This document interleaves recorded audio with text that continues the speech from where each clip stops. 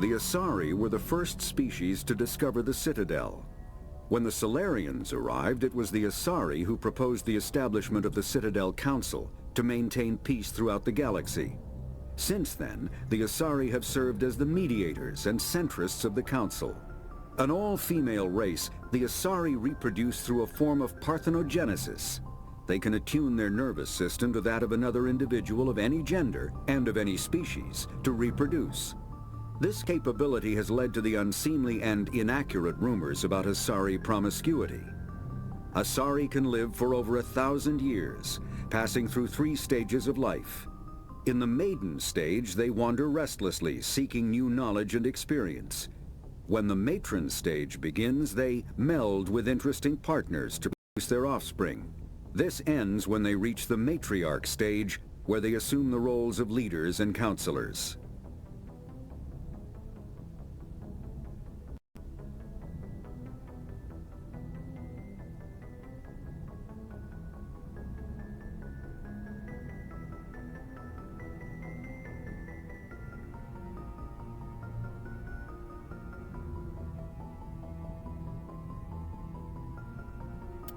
The second species to join the Citadel, the Solarians, are warm-blooded amphibians with a hyperactive metabolism. Solarians think fast, talk fast, and move fast. To Solarians, other species seem sluggish and dull-witted. Unfortunately, their metabolic speed leaves them with a relatively short lifespan. Solarians over the age of 40 are a rarity. The Solarians were responsible for advancing the development of the primitive Krogan species to use as soldiers during the Rachni Wars. They were also behind the creation of the genophage bioweapon the Turians used to quell the Krogan rebellions several centuries later. Solarians are known for their observational capability and non-linear thinking. This manifests as an aptitude for research and espionage. They are constantly experimenting and inventing, and it is generally accepted that they always know more than they are letting on.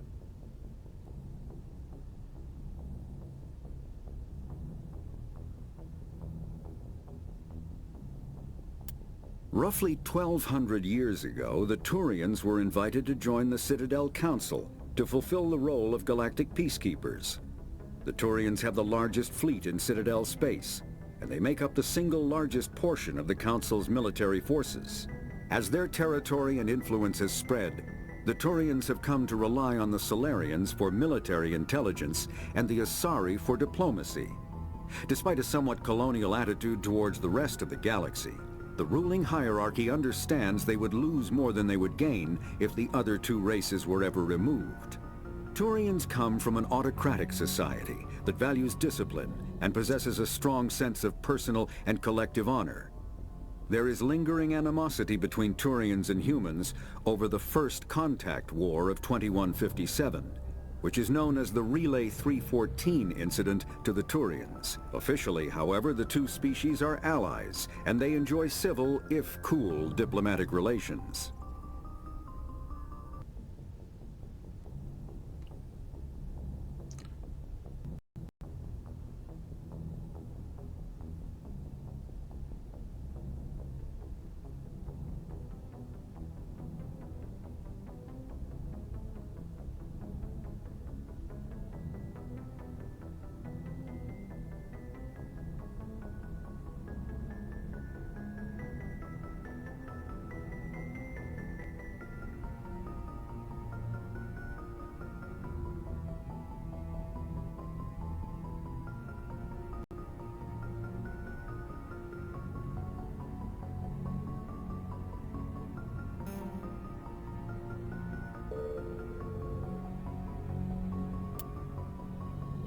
"50,000 years ago, the Protheans were the only spacefaring species in the galaxy. They vanished in a swift galactic extinction. Only the legacy of their empire remains. They are believed to have built the mass relays and the Citadel, which have allowed numerous species to explore and expand throughout the galaxy. Prothean ruins are found on worlds across the galaxy. While surprisingly intact for their age, functioning examples of Prothean paleotechnology are rare. Time and generations of looters have picked their dead cities and derelict stations clean. Some believe the Protheans meddled in the evolution of younger races. The Hanar homeworld of Kajay, for example, shows clear evidence of former Prothean occupation. The presence of a former Prothean observation post on Mars has caused a rebirth of interventionary evolutionists among humans. These individuals believe the god myths of ancient civilizations are misremembered encounters with aliens.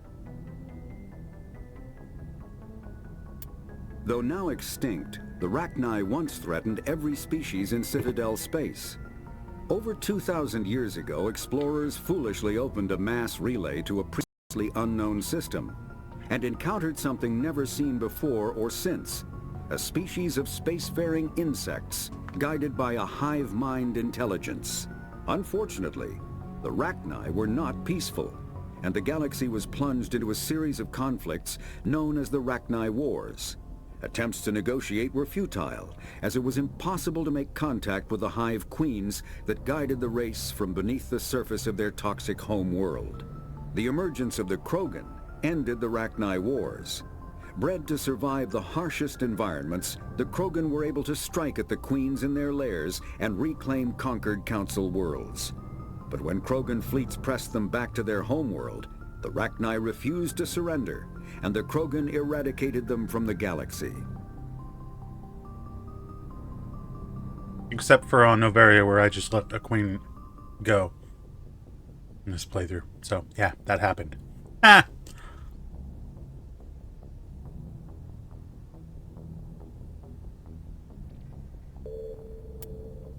In the early 2160s, the Alliance began aggressive colonization of worlds in the Skyllian Verge, much to the dismay of the Batarians, who had been developing the region for several decades. In 2171, the Batarians petitioned the Council to declare the Verge a zone of Batarian interest. The Council refused, however, declaring unsettled worlds in the region open to human colonization. In protest, the Batarians closed their Citadel embassy and severed official diplomatic relations with the Council, effectively becoming a rogue state. They instigated a proxy war in the Verge by funneling money and weapons to criminal organizations, urging them to strike at human colonies.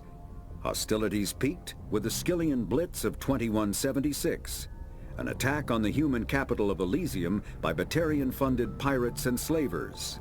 In 2178, the Alliance retaliated with a crushing assault on the moon of Torfin, long used as a staging base by Batarian-backed criminals. In the aftermath, the Batarians retreated into their own systems and are now rarely seen in Citadel space. The Elcor are a Citadel species native to the high-gravity world Dakuna. They are massive creatures, standing on 4 muscular legs for increased stability. Elcor move slowly, an evolved response to an environment where a fall can be lethal. This has colored their psychology, making them deliberate and conservative. Elcor's speech is ponderous and monotone.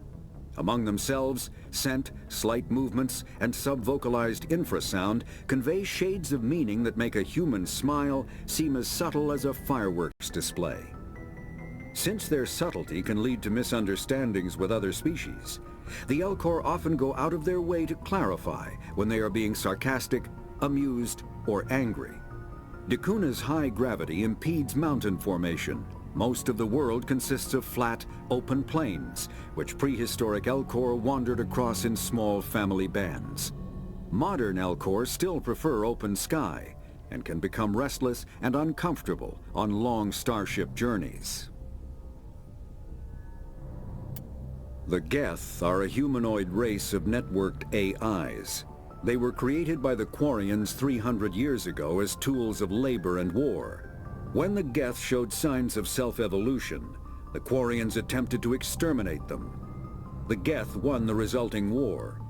This example has led to legal, systematic repression of artificial intelligences in galactic society. The Geth possess a unique distributed intelligence. An individual has rudimentary animal instincts, but as their numbers and proximity increase, the apparent intelligence of each individual improves. In groups, they can reason, analyze situations, and use tactics as well as any organic race. Geth space is located at the trailing end of the Perseus Arm, beyond the lawless Terminus systems. The Perseus Veil, an obscuring dark nebula of opaque gas and dust, lies between their space and the Terminus systems.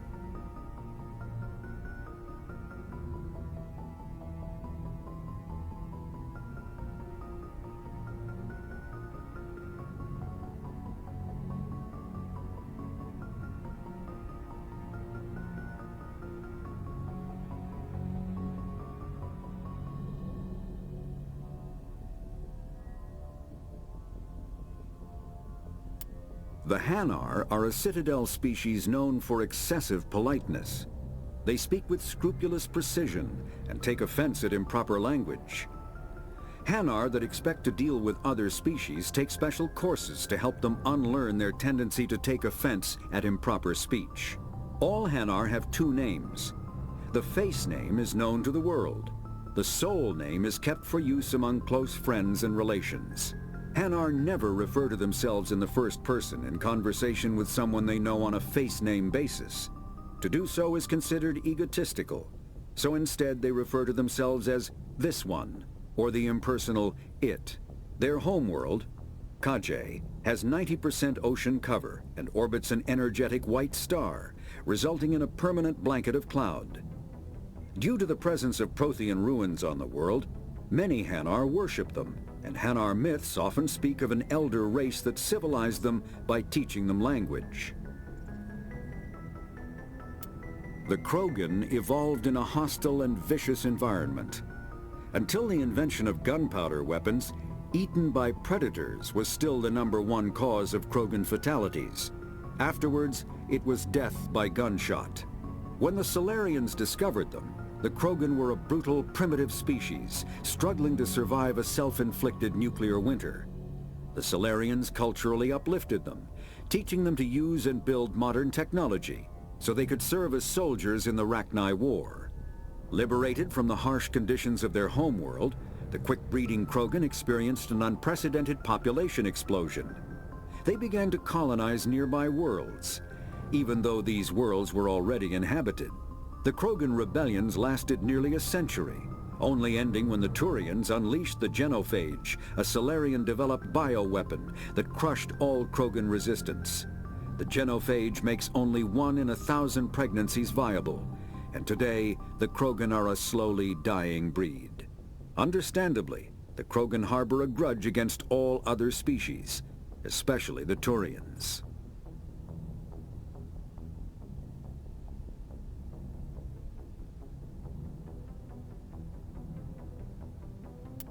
Driven from their home system by the Geth nearly 3 centuries ago, most Quarians now live aboard the Migrant Fleet, a flotilla of 50,000 vessels ranging in size from passenger shuttles to mobile space stations.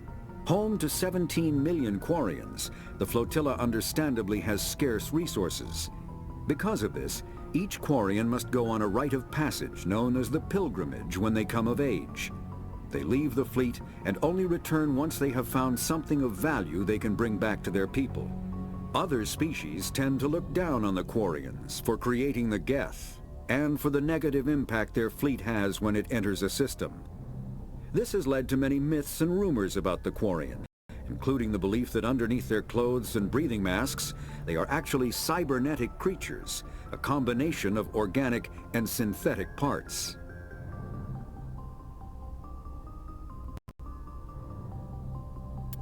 The Volus are a member species of the Citadel with their own embassy, but they are also a client race of the Turians. Centuries ago, they were voluntarily absorbed into the hierarchy, effectively trading their mercantile prowess for Turian military protection. Erun, their homeworld, lies far beyond the normal life zone of its star. However, the world has a high-pressure greenhouse atmosphere that traps enough heat to support an ammonia-based biochemistry. As a result, the Volus must wear pressure suits and breathers when dealing with other species, as conventional nitrogen-oxygen air mixtures are poisonous to them, and in the low-pressure atmospheres tolerable to most species, their flesh actually split open. Volus culture is tribal, bartering lands and even people to gain status. This culture of exchange inclines them to economic pursuits. It was the Volus who authored the Unified Banking Act, and they continue to monitor and balance the Citadel economy.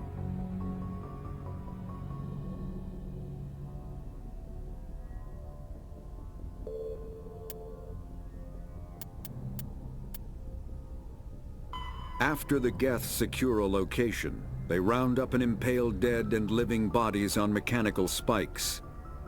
The spikes rapidly transform these victims into withered husks, extracting water and trace minerals, and replacing them with cybernetics. The cybernetics reanimate the lifeless flesh and tissue, transforming the bodies into mindless killing machines.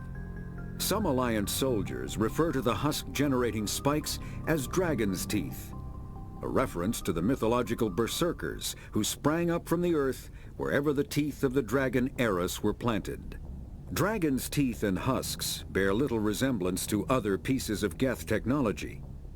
No one is sure why a synthetic race would bother to drain the minuscule amount of recoverable resources from organic corpses, though the value of reusing them as shock troops is obvious.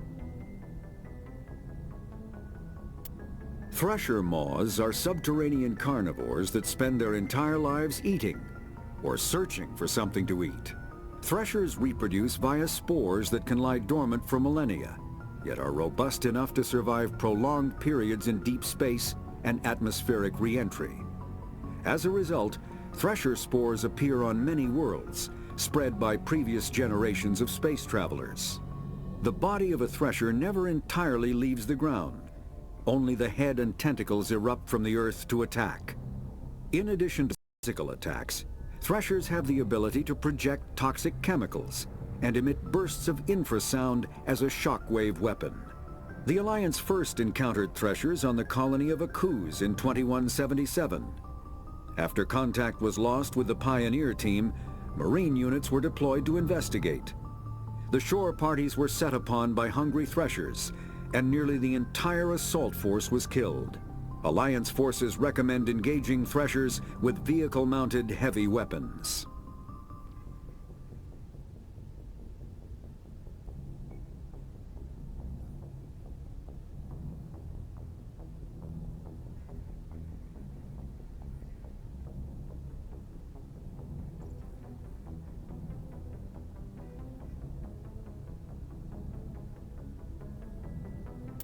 Varan are omnivores with a preference for living prey. Originally native to the Krogan homeworld of Tuchanka, they are, like most life from Tuchanka, savage, clannish, and consummate survivors. They are pack hunters when vulnerable prey is readily available, and become scavengers when outnumbered or outclassed. Their supreme adaptability, vicious demeanor, and rapid breeding cycle have made them ubiquitous and dangerous pests on many worlds. Virtually everywhere the Krogan have been, Varan infestations have followed, wreaking havoc with the native ecology. The Krogan have had a love-hate relationship with Varan for millennia, alternately fighting them for territory and embracing them as treasured companions. To this day, Krogan raise them as beasts of war. One of the common subgenus of Varan has metallic silver scales, leading to the rather unusual nickname, fish dogs.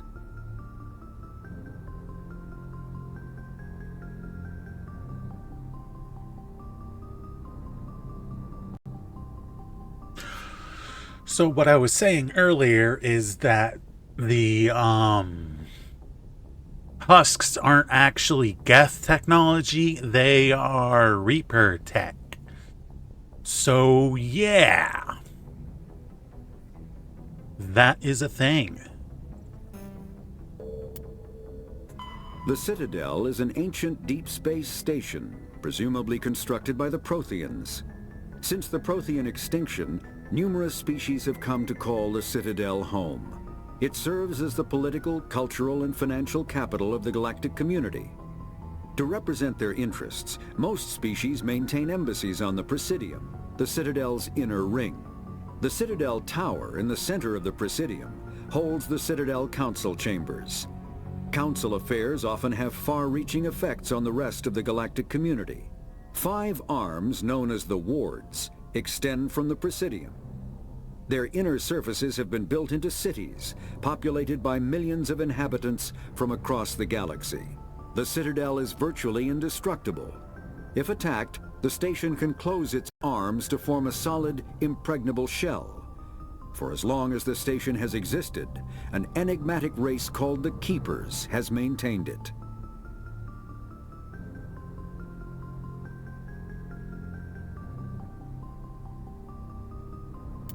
The Council is an executive committee composed of representatives from the Asari Republics, the Turian hierarchy, and the Solarian Union. Though they have no official power over the independent governments of other species, the Council's decisions carry great weight throughout the galaxy.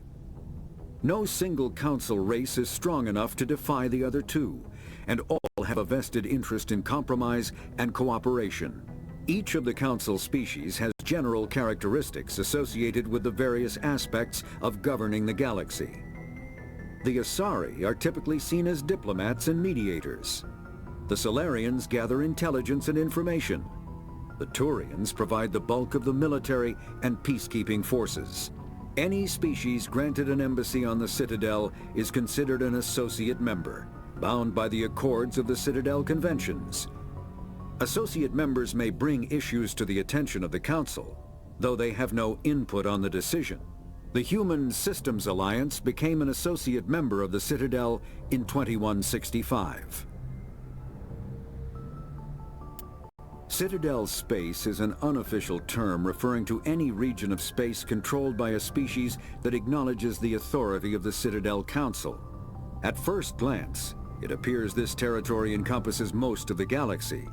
In reality, however, less than 1% of the stars have been explored. Even Mass Effect FTL drive is slow relative to the volume of the galaxy. Empty space and systems without suitable drive discharge sites are barriers to exploration. Only the mass relays allow ships to jump hundreds of light years in an instant, the key to expanding across an otherwise impassable galaxy. Whenever a new relay is activated, the destination system is rapidly developed. From that hub, FTL drive is used to expand to nearby star clusters.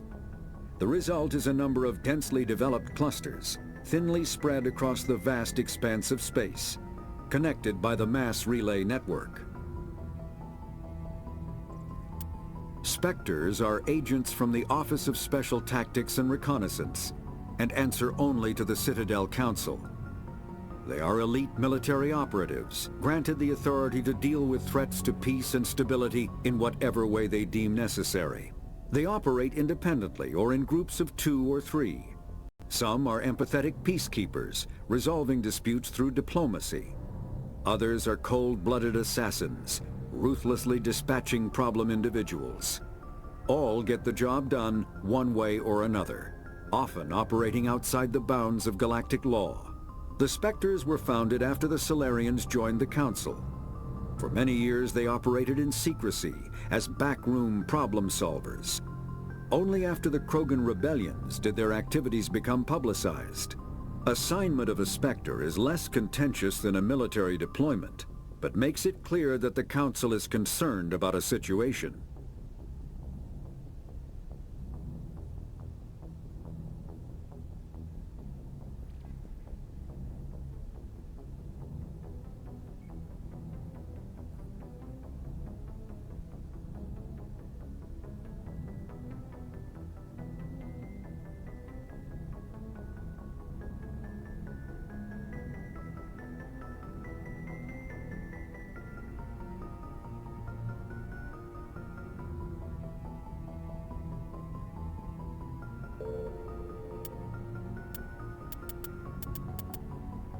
Humanity's first contact with an alien race occurred in 2157.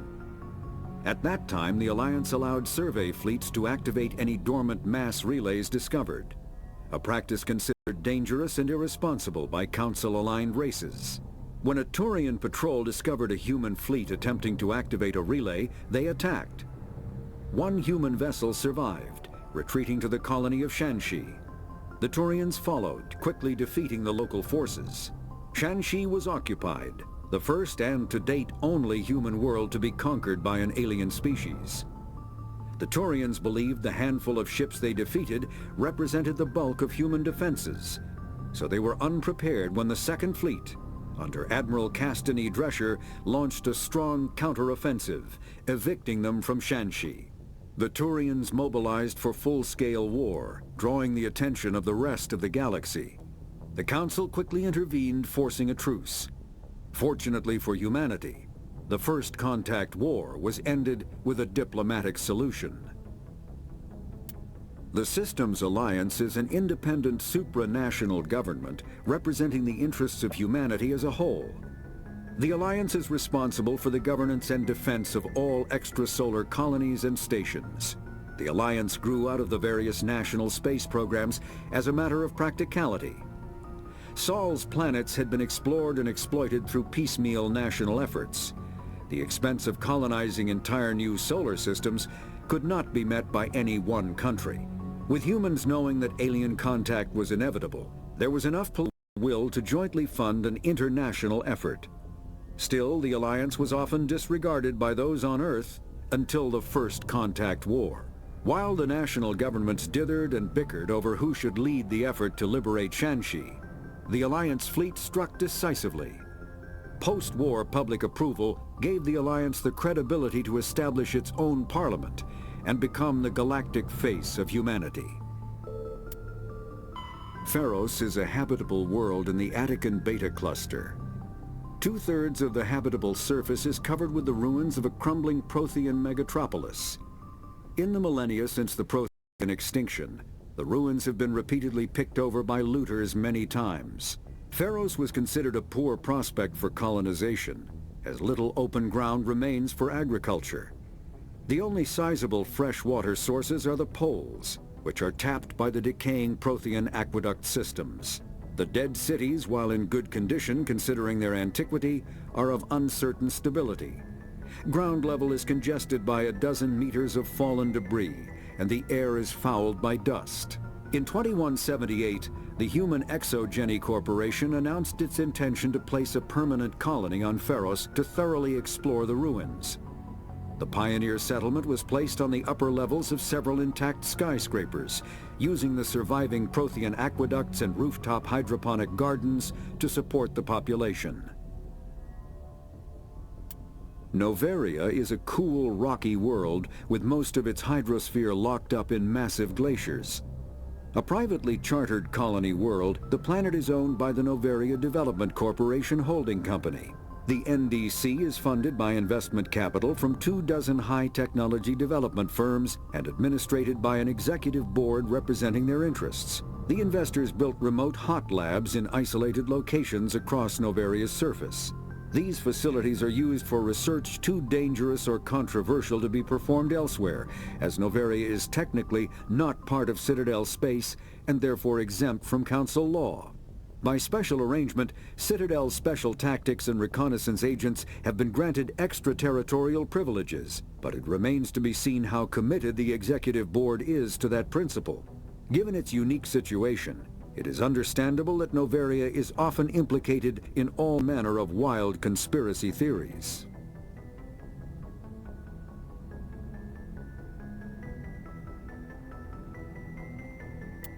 Vermeer is a lush world located on the frontier of the Attican Traverse.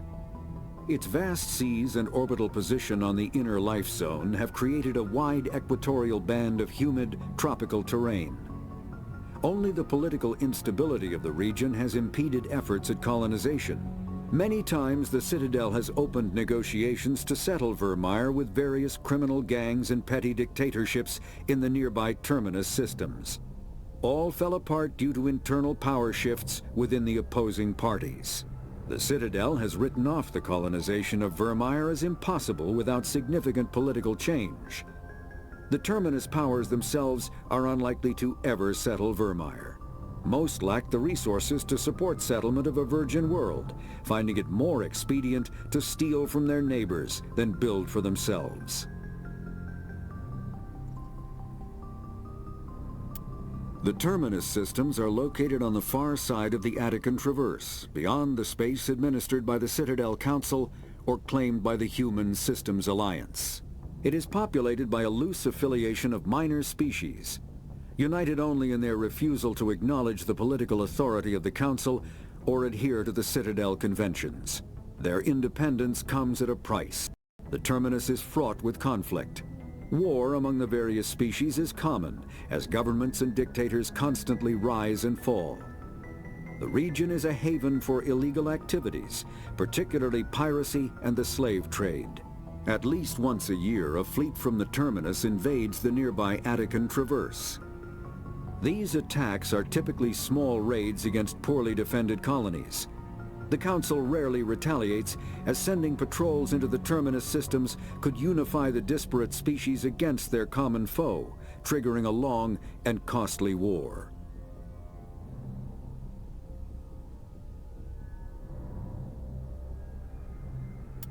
There are between 200 and 400 billion stars in the galaxy, and less than 1% of them have ever been visited or had their systems properly surveyed. Humanity's early expansion into the Attican Traverse was haphazard, a desperate race to claim habitable planets where populations can be economically settled. Ignored in the wake of this land grab were thousands of less hospitable worlds, each potentially rich with industrial resources. The wealth of entire solar systems lies untapped, waiting for corporate survey teams or independent pioneers to discover and exploit them. However, this is not an easy task. In addition to the environmental hazards, the fact that uncharted worlds are largely ignored makes them popular bases for criminals, revolutionaries, cults, and others who wish to remain unnoticed by galactic society. Faster-than-light drives use element zero cores to reduce the mass of the ship, allowing higher rates of acceleration. This effectively raises the speed of light within the mass effect field, allowing high-speed travel with negligible relativistic time dilation effects. Starships still require conventional thrusters, chemical rockets, commercial fusion torch, economy ion engine, or military anti-proton drive, in addition to the FTL drive core. With only a core, a ship has no motive power. The amount of ESO and power required for a drive increases exponentially to the mass being moved and the degree it is being lightened. Very massive ships or very high speeds are prohibitively expensive. If the field collapses while the ship is moving at faster than light speed, the effects are catastrophic. The ship is snapped back to sublight velocity, the enormous excess energy shed in the form of lethal Cherenkov radiation.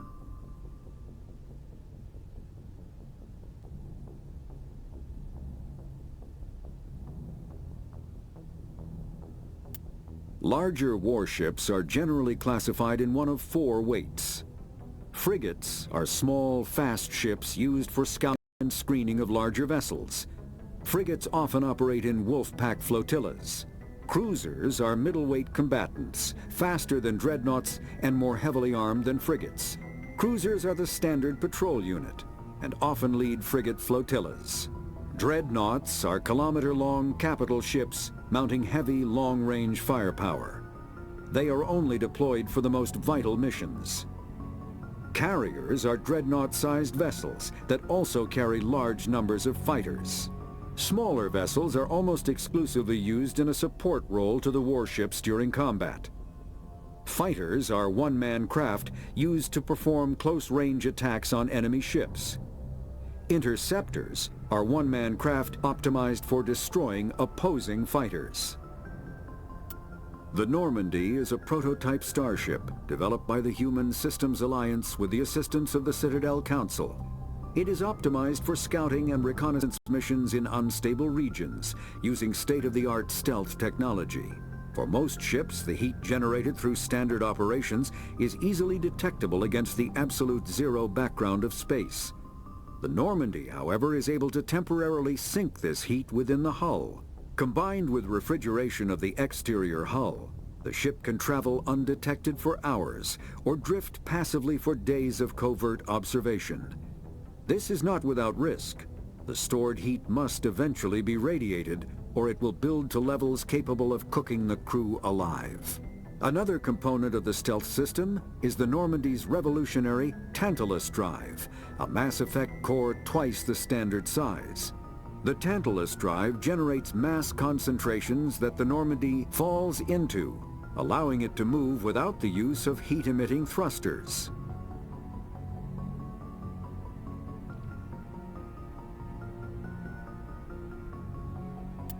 Sovereign is the flagship of the rogue Spectre's Saren. An enormous dreadnought larger than any other ship in any known fleet, it is crewed with both Geth and Krogan. At 2 kilometers long, its spinal-mounted main gun is likely capable of penetrating another dreadnought's kinetic barriers with a single shot. How Saren acquired this incredible warship is unknown. The prevailing opinion is that Sovereign is a Geth construct, while others believe it is a Prothean relic. Its design, however, hints at a more alien and mysterious origin. The attack on Eden Prime demonstrated Sovereign's ability to generate mass effect fields powerful enough to land on a planetary surface. This implies it has a massive Element Zero core and the ability to generate staggering amounts of power. And as an addendum, Sovereign is a Reaper. You know, the big bad from this series. Ship mobility dominates space combat. The primary objective is to align the mass accelerator along the bow with the opposing vessel's broadside.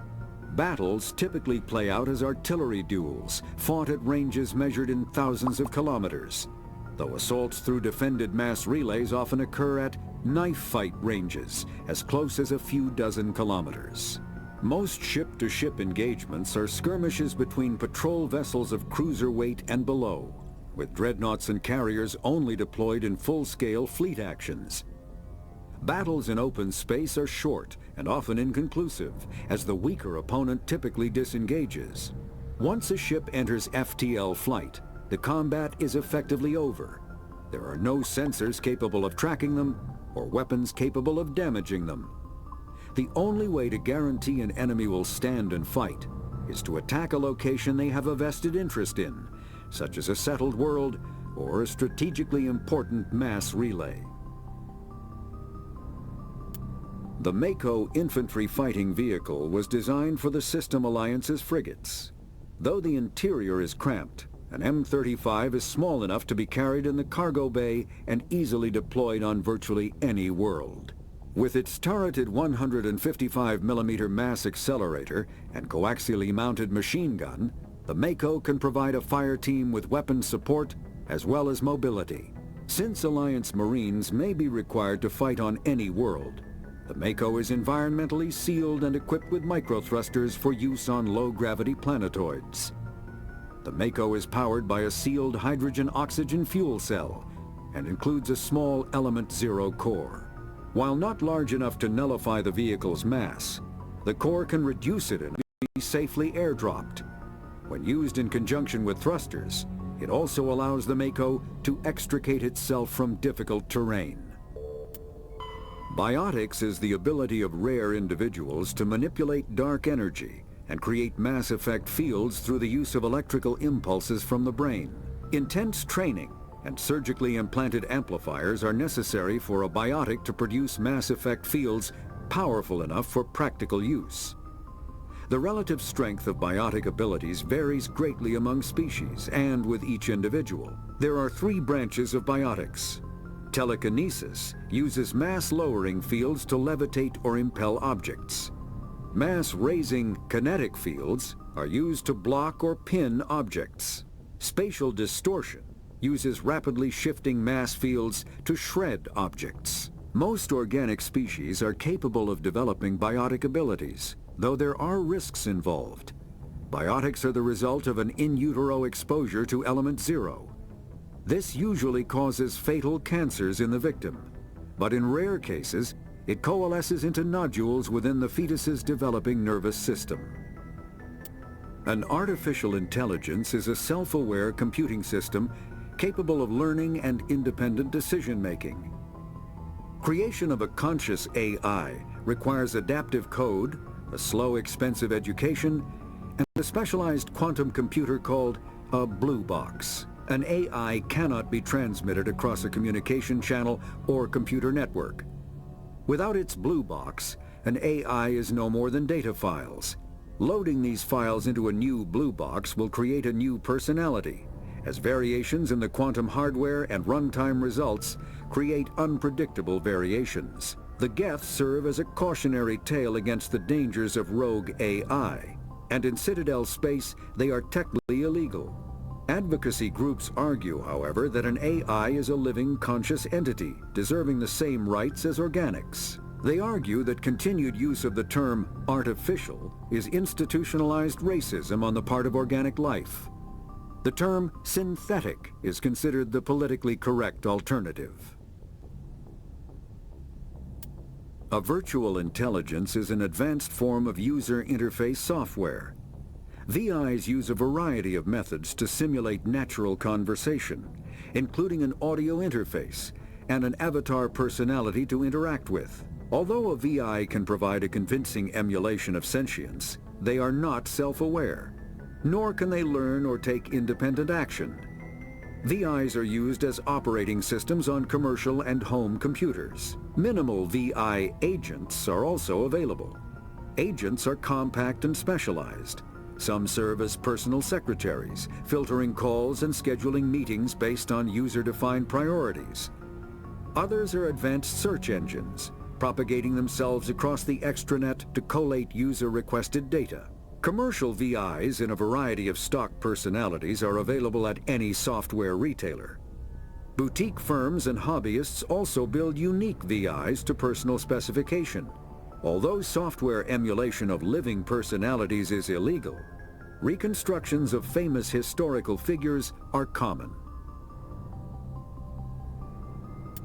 When subjected to an electrical current, the rare material dubbed Element Zero, or EZO, emits a dark energy field that raises or lowers the mass of all objects within it. This mass effect is used in countless ways, from generating artificial gravity to manufacturing high-strength construction materials.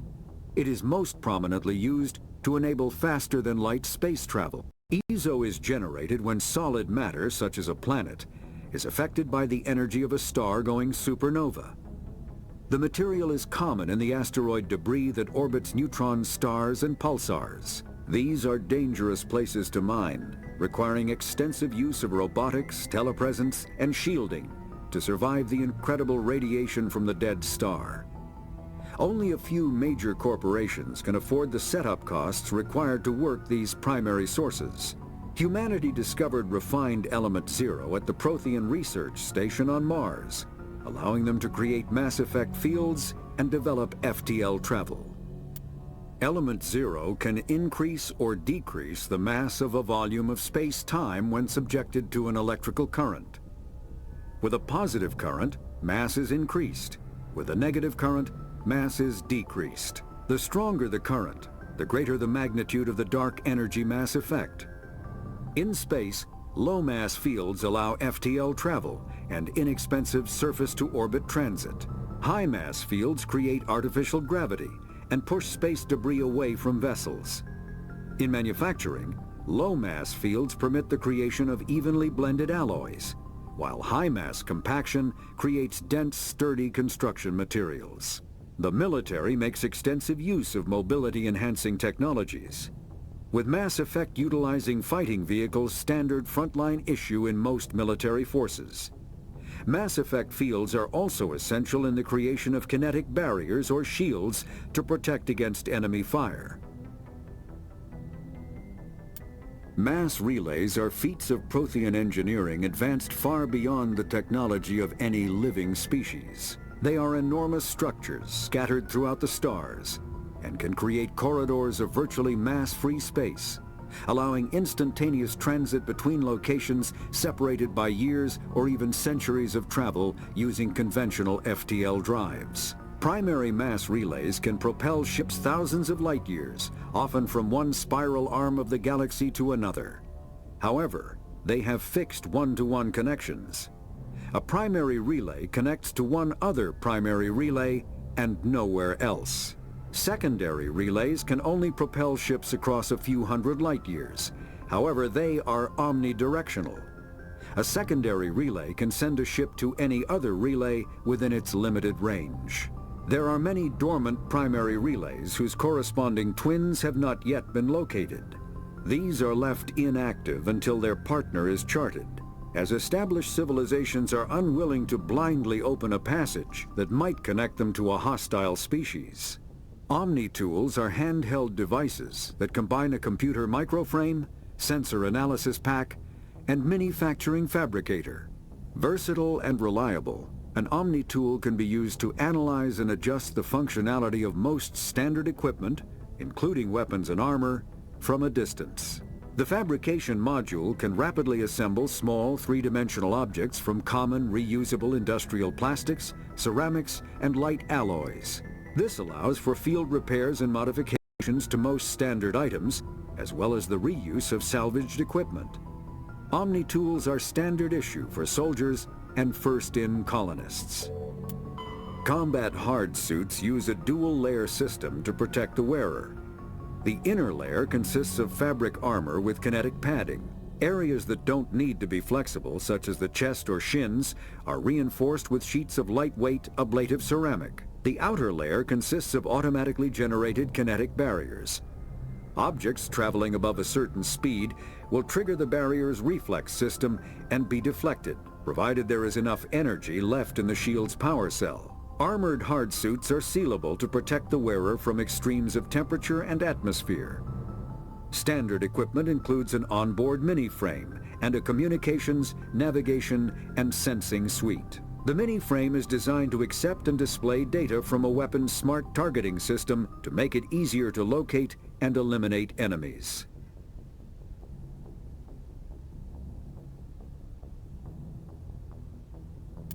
Kinetic barriers, more commonly called shields, provide protection against most mass accelerator weapons. Whether on a starship or a soldier's suit of armor, the basic principle remains the same. Kinetic barriers are repulsive mass effect fields, projected from tiny emitters. These shields safely deflect small objects traveling at rapid velocities. This affords protection from bullets and other dangerous projectiles, but still allows the user to sit down without knocking away their chair. The shielding afforded by kinetic barriers does not protect against extremes of temperature, toxins, or radiation.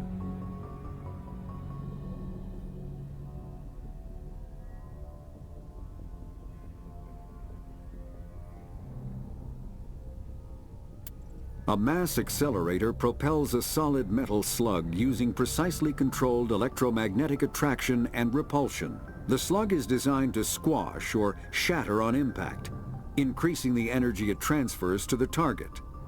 If this were not the case, it would simply punch a hole right through, doing minimal damage. Accelerator design was revolutionized by Element Zero.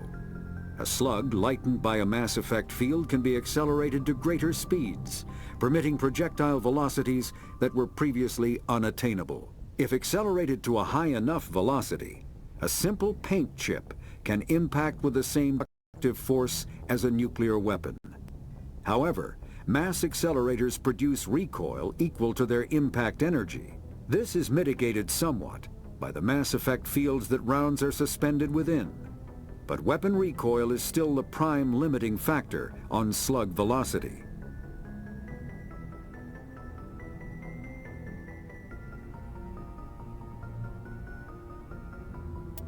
Medigel is a common medicinal salve used by paramedics, EMTs, and military personnel. It combines several useful applications: a local anesthetic, disinfectant, and clotting agent all in one. Once applied, the gel is designed to grip tight to flesh until subjected to a frequency of ultrasound. It is sealable against liquids, most notably blood, as well as contaminants and gases. The gel is a genetically engineered bioplasm created by the CERTA Foundation, a medical technology megacorp based on Earth. Technically, Medigel violates Council laws against genetic engineering, but to date, it has proved far too useful to ban.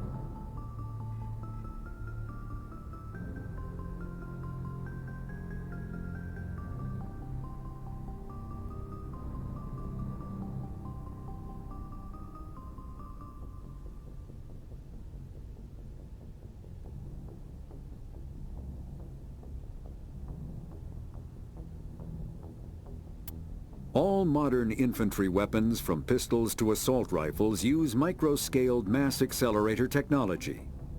Projectiles consist of tiny metal slugs suspended within a mass-reducing field, accelerated by magnetic force to speeds that inflict kinetic damage. The ammo magazine is a simple block of metal. The gun's internal computer calculates the mass needed to reach the target based on distance, gravity, and atmospheric pressure, then shears off an appropriate-sized slug from the block. A single block can supply thousands of rounds, making ammo a non-issue during any engagement. Top-line weapons also feature smart targeting that allows them to correct for weather and environment. Firing on a target in a howling gale feels the same as it does on a calm day at the practice range. Smart targeting does not mean a bullet will automatically find the mark every time the trigger is pulled. It only makes it easier for the marksman to aim.